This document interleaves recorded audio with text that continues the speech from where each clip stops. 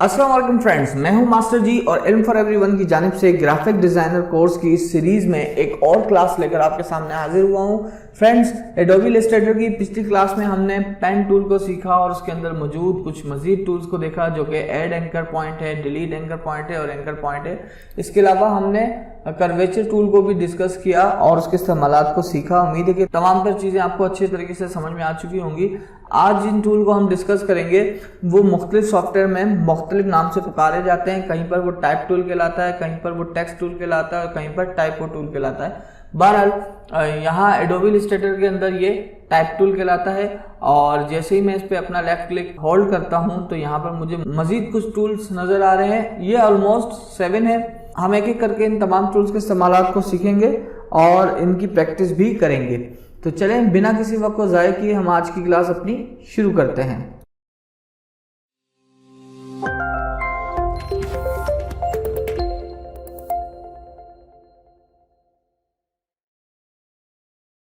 Friends, जैसा कि type tool नाम से ही वाज़ेह है कि ये टाइपिंग के लिए इस्तेमाल होता है और इलस्ट्रेटर के अंदर इसको किस तरीके से इस्तेमाल करते हैं हम उसको चेक करते हैं। सबसे पहले तो मैं अपना टाइप टूल को सिलेक्ट करूंगा और सिलेक्ट करने के बाद खाली जगह पर जैसे मैं लेफ्ट क्लिक करता हूं तो एक डेमो टेक्स्ट मेरे सामने आ जाता है।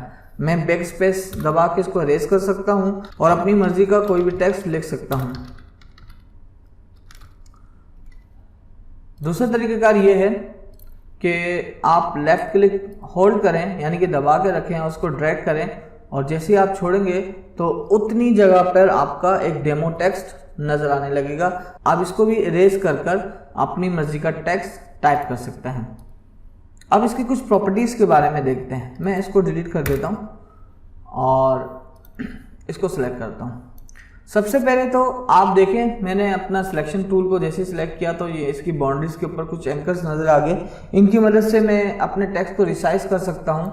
नॉर्मल है, जो हम पहले भी डिस्कस कर चुके हैं कई मरतबा, लेकिन मैं यहाँ पर रिकमेंड करूँगा कि हम ये इस तरीके से इसके साइज़ को रिसाइज ना करें, क्योंकि इससे इसकी अट्रैक्शन ख़त्म हो जाती है। इसका जो एक्चुअल साइज़ है, एक्चुअल विजिबिलिटी है, जो अट्रैक्शन है वो ख़त्म हो जाती है। तो उसके लिए बेहतरीन तरीक़ेकार ये है कि आप अपने कीबोर्ड से आल्ट और शिफ्ट का बटन प्रेस करें एक साथ और लेफ्ट क्लिक किसी भी एंकर पे दबा कर रखें और जब इसको ड्रैग करेंगे तो देखें हर सिम में इसका साइज एक जैसा इंक्रीज होगा, जिससे इसकी अट्रैक्शन बरकरार रहेगी। आप आल्ट शिफ्ट का बटन दबा के किसी भी एंकर को लेफ्ट क्लिक करके इसका साइज चारों तरफ में बढ़ा भी सकते हैं और कम भी कर सकते हैं। मैं इस तरीके को रिकमेंड करता हूं, बाकी आप अपनी नीड को देखिएगा।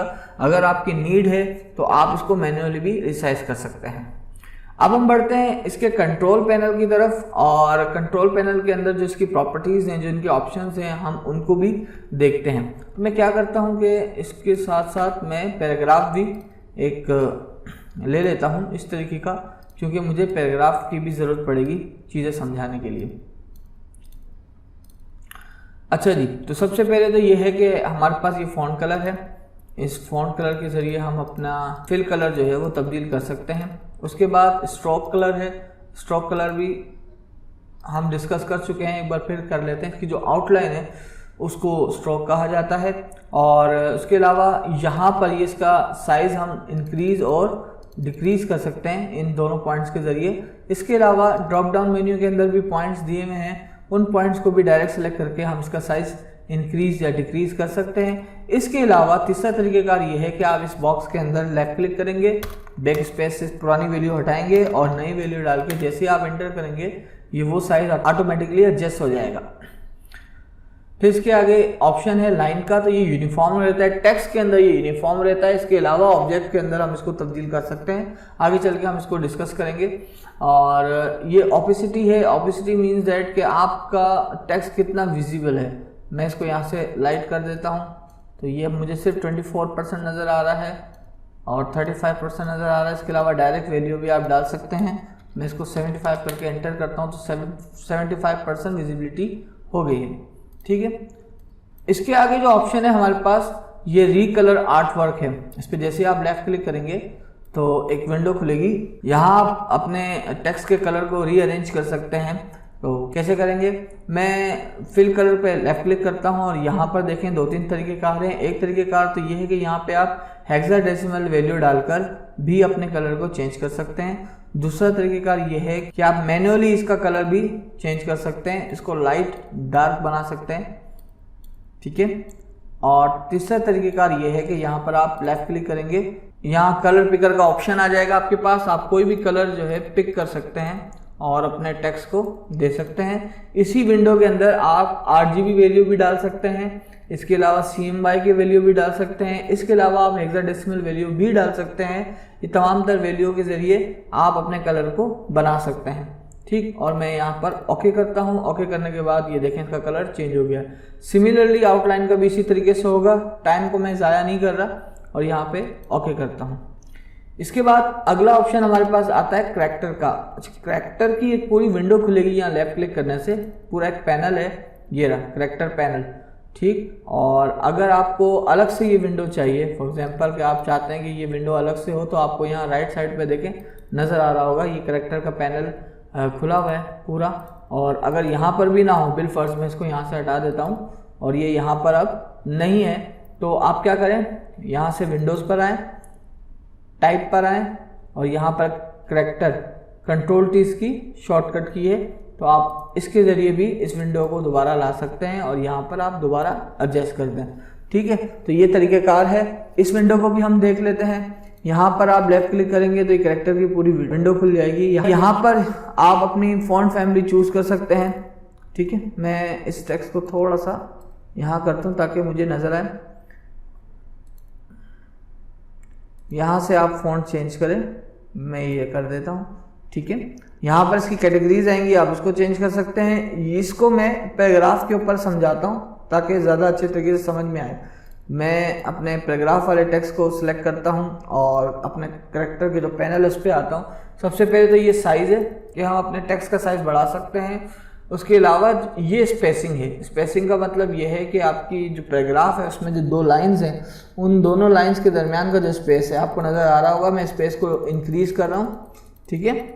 और इसी तरीके से मैं यहाँ से इसको डिक्रीज़ कर रहा हूँ। ये भी आपको अच्छी तरीके से समझ में आ गया होगा। इसके अलावा यहाँ पर ये स्पेसिंग है वर्ड के दरमियान, मतलब मैं अगर इसको बढ़ाता जाऊँ तो आप ये देखेंगे कि वर्ड के दरमियान स्पेस बढ़ रहा है और इसको करने से ये स्पेस कम हो रहा है। वर्ड के दरमियान की स्पेस को कंट्रोल करने के लिए हम इसको इस्तेमाल करते हैं।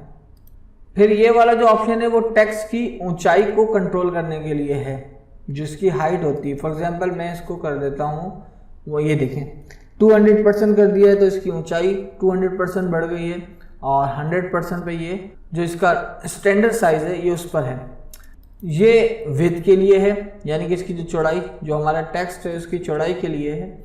उसके बाद ये जो ऑप्शन है ये ज़्यादातर इस्तेमाल होता है पावर के लिए। पावर मतलब जब आप कोई बेस वैल्यू या पावर वैल्यू बनाते हैं तो आप मुकम्मल साइज में अल्फ़ाबेट नहीं लिखते, उधर आप उसको छोटा करते हैं। मतलब आपने मैथ में अक्सर देखा होगा कि 2 के ऊपर पावर लगी होती है, अल्फ़ाबेट्स के ऊपर पावर लगी हुई होती हैं 2, 3, 4, या फिर आपको ये वाला जो ऑप्शन है, ये देखें ये वाज़ेह नज़र आ रहा है एग्जाम्पल के तौर पे कि आप किसी एक बेस के ऊपर कोई पावर लगाना चाह रहे हैं तो वो उसको ऊपर करके, थोड़ा सा ऊपर करके और थोड़ा साइज में छोटा करके लगाते हैं। तो इसी तरीके से आप जब इसको इंक्रीज करेंगे तो ये अपने टेक्स्ट से ऊपर होता चला जाएगा। इसका मतलब ये नहीं कि पूरा टेक्स्ट आपका ऊपर होगा, चूंकि मैंने पूरे टेक्स्ट को सिलेक्ट किया हुआ इसलिए पूरा टेक्स्ट ऊपर जा रहा है। आप किसी एक वैल्यू को सिलेक्ट करके उसकी लोकेशन जो है वो अप साइड कर सकते हैं। फिर ये करैक्टर की रोटेशन है। रोटेशन भी 2 तरह का होता है, एक तो टेक्स्ट का मुकम्मल रोटेशन होता है और एक करैक्टर का होता है। टेक्स्ट का रोटेशन किस तरह का होता है कि मैंने अपने टेक्स्ट को सिलेक्ट किया, ये मेरे पास एरो नज़र आ रहा है, मैंने लेफ्ट क्लिक किया और मैंने हल्का सा इसको एंगल दे दिया तो अब मेरा पूरा टेक्स्ट रोटेट हो गया है। और अगर मैं अपने करैक्टर पैनल में आता हूँ और ये वाला जो रोटेशन है इसको देखता हूँ तो ये करैक्टर रोटेशन है, इससे मेरा करैक्टर जो है वो रोटेट होगा। मैं इसको इंक्रीज करके आपको दिखाता हूँ, ये देखें करैक्टर जो है ये HELLO, ये देखें ये करैक्टर मेरे अभी रोटेट हो रहे हैं। मैं इसको 0 कर देता हूँ दोबारा ताकि ये अपनी असली हालत में आ जाए। अगले ऑप्शंस देखते हैं। ये ऑल कैपिटल मीन्स दैट कि जैसे मैं इस पर लेफ्ट क्लिक करूंगा तो जितने भी मेरे अल्फ़ाबेट होंगे सबके सब कैपिटल हो जाएंगे। ये one word capital means that कि पहला अल्फ़ाबेट कैपिटल होगा, बाकी तमाम के तमाम स्मॉल होंगे। फिर ये पावर और ये बेस, इसको भी चले मैं आपको बता देता हूँ। जैसे मिसाल देने के लिए मैं यहाँ पानी का एक फॉर्मूला लिखता हूँ, H2O, ये पानी का फॉर्मूला है। और जिन लोगों ने केमिस्ट्री पढ़ी है वो उसको बड़े बेहतर तरीके से समझते हैं। Ctrl+C Ctrl+V करके मैं इसकी एक कॉपी बनाता हूँ और अब मैं आपको बताता हूँ कि ये इस तरीके से नहीं लिखा जाता, बल्कि ये बेस लाइन में लिखा जाता है। कैरेक्टर पैनल में आया और यहाँ से मैंने बेस लाइन को सिलेक्ट कर लिया, तो देखें पानी का फॉर्मूला इस तरीके से लिखा जाता है।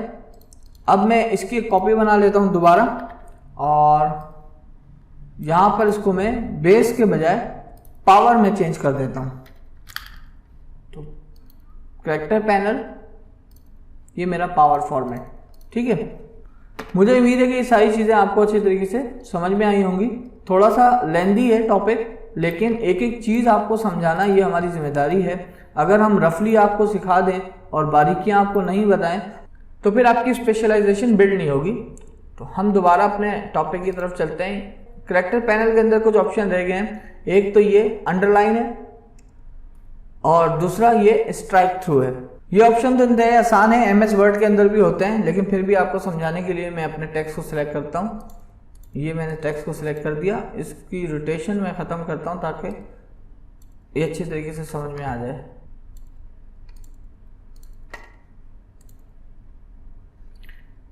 अंडरलाइन का मतलब ये देखिए आपका टेक्स्ट अंडरलाइन हो गया, और स्ट्राइक थ्रू का मतलब ये होता है कि आपके टेक्स्ट के दरमियान से एक लाइन गुजर गई, ठीक है। तो कैरेक्टर पैनल उम्मीद है कि आपको अच्छे तरीके से समझ में आया होगा। यही सारी चीज़ें आपके कैरेक्टर विंडो के अंदर मौजूद हैं। देखें, अच्छा आपको ये भी चीज़ नज़र आ रही होगी कि यहाँ पर जब कैरेक्टर पैनल पे आप लेफ्ट क्लिक करते हैं तो आपके पास ज़्यादा ऑप्शन हैं, लेकिन यहाँ पर कम है। तो आप देखें इस विंडो के इस तरफ आपको 2 तीर के छोटे छोटे निशान नज़र आ रहे होंगे, तो ये ड्रॉप डाउन ऑप्शन है। जैसे आप लेफ्ट क्लिक करेंगे, ये देखें, तो आपकी मुकम्मल विंडो वही हो गई जो कैरेक्टर पैनल के अंदर मौजूद है, ठीक है। अब मैं इसको दोबारा इसकी अपनी प्लेस पे ले जाता हूँ, यहाँ पे इसको सेट कर देता हूँ। उसके बाद जो इसके अंदर ऑप्शन ये वही है, फॉन्ट फैमिली है, ये इसकी सब कैटेगरीज हैं, इससे आप साइज डिक्रीज और इंक्रीज कर सकते हैं। इसके अलावा ये पैराग्राफ की अलाइनमेंट है, ये पैराग्राफ आपका लेफ्ट अलाइनमेंट पे है, सेंटर अलाइनमेंट पे है या फिर राइट अलाइनमेंट पे है। इसके बाद जो ऑप्शन है वो मैक्सिमम इस्तेमाल नहीं होते, बहुत ही रेयर केस में इस्तेमाल होते हैं। मैं अपना वक्त इस पर ज़ाया नहीं करता, क्योंकि जो भी इम्पोर्टेंट चीज़ें हैं एक स्पेशलाइजेशन के लिहाज से वो सारी की सारी मैंने इस लेक्चर के अंदर डिस्कस कर ली है। और चूंकि हमने ये डिस्कस किया था कि ये सारी की सारी चीज़ें हम इसके अंदर पढ़ेंगे, लेकिन ये लेक्चर थोड़ा सा लंबा हो गया है क्योंकि प्रॉपर्टीज़ वगैरह हमने अच्छी तरीके से इसमें पढ़ ली हैं। तो अब बाकी की जो टूल्स हैं उनको समझाना आसान हो जाएगा। इंशाल्लाह अगली वीडियो में ये बाकी के जो 6 टाइप टूल्स हैं इंशाल्लाह हम इसको डिस्कस करते हैं। तब तक के लिए अपना ख्याल रखिएगा। इल्म फॉर एवरीवन के साथ जुड़े रहने के लिए शुक्रिया।